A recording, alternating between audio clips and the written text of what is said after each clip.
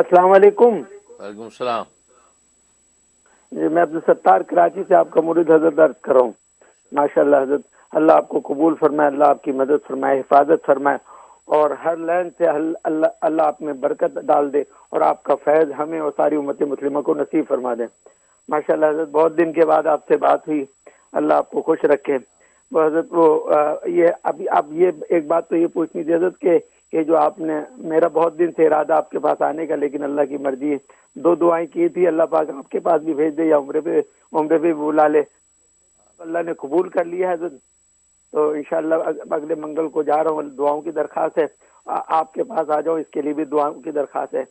تو حضرت ایک چیز تو یہ پوچھنی ہے کہ یہ اب یہاں پر پاکستان میں تو 3 سمجھے 2 دن آگے ہے، اور وہاں مکے میں یعنی آج جیسے یہاں 3 تاریخ وہاں 1 تاریخ ہے، یہاں 1 تاریخ ہے وہاں 3 تاریخ ہے. تو وہ جو آپ عمل بتا رہے ہیں تو اب کہاں کے حساب سے کیا جائے، یہاں کے حساب سے یا وہاں کے حساب سے؟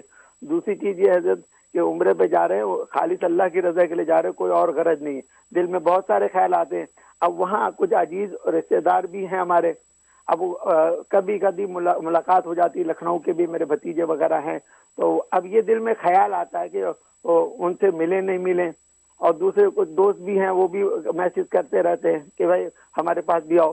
تو اب جی بہت شکریہ دونوں سوالات کرنے کا. حضرت سے اس کی تفصیل. ماشاء اللہ ماشاء اللہ. عبدالستار صاحب جو ہے پاکستان سے کال کر رہے ہیں. اللہ تعالیٰ آپ کو برکت عطا فرمائے. آپ نے جو اپریشیشن ہمیں دیا ہے، اللہ تعالیٰ اس کی بھی خوب جو ہے برکت نصیب فرمائے، اور جو ہے وہ آپ کی اظہار محبت کو قبول و منظور فرمائے. اور باقی آپ نے تاریخوں کا پوچھا ہے.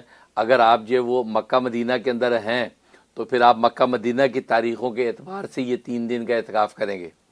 آپ اس وقت اگر مکہ کے اندر ہیں تو یقین میرا خیال منگل کو اگر وہاں سے آپ روانہ ہو رہے ہیں تو یقین میرا خیال ہے کہ آپ مکہ مدینہ پہنچ جائیں گے اس وقت. تو مکہ مدینہ کے اعتبار سے آپ تاریخوں کا مکمل کریں گے اور 3 دن کا اعتکاف کریں گے.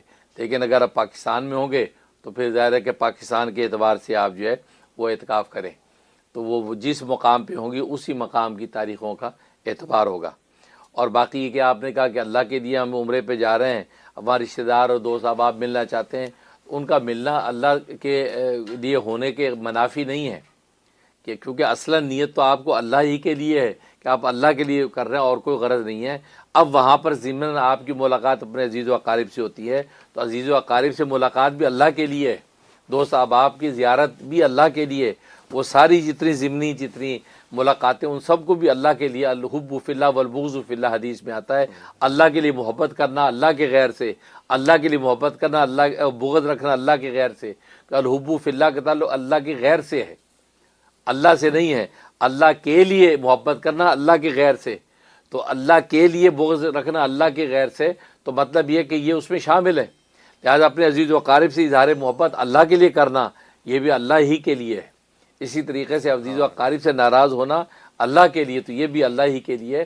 اس میں کوئی مذاکرہ نہیں، بالکل کھلے دل سے آپ خندہ پیشانی سے ان کی دعوت بھی قبول کریں، ملاقات بھی کریں. اور پھر یہ تو لکھا ہے بزرگوں نے کہ مکہ مدینہ کے جو میزبان ہیں جو وہاں رہتے ہیں وہ تو اللہ کے پڑوسی ہیں. اگر آپ کے عزیز و اقارب مکہ میں رہتے ہیں تو وہ اللہ کے پڑوسی ہیں، مدینہ میں رہتے ہیں رسول اللہ کے پڑوسی ہیں. تو اللہ اور اللہ کے رسول کے پڑوسیوں کے گھروں میں آپ نہ جائیں، ان کی دعوت نہ قبول کریں، تو یہ اللہ کے رسول کون سا خوش ہوں گے؟ ناراض ہوں گے.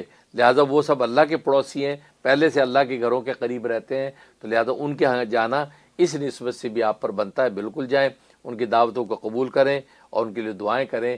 یہ سب جو ہے وہ اللہ ہی کے لیے ہونے میں شامل ہے، اور آپ کو انشاءاللہ اجر ملے گا. ماشاء اللہ.